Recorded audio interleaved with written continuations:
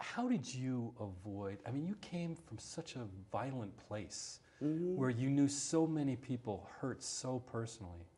How did you avoid hatred? It wasn't allowed in our house. It simply was not allowed.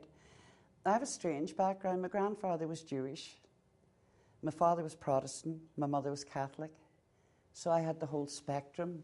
I was very, very blessed to be a mongrel in Ireland, religiously, you know.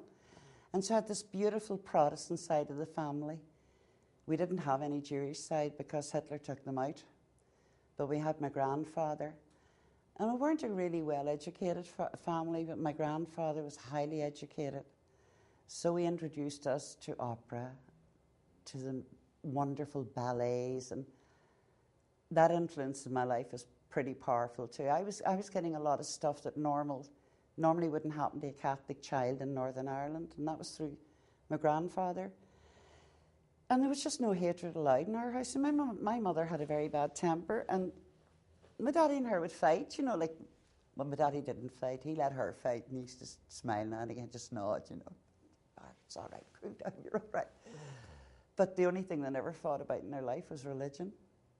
How is it when people are really hurt, when there's violence and people die and loved ones are killed? How is it that reconciliation and forgiveness can blossom there? I mean, you've seen it happen. That happened in my own family.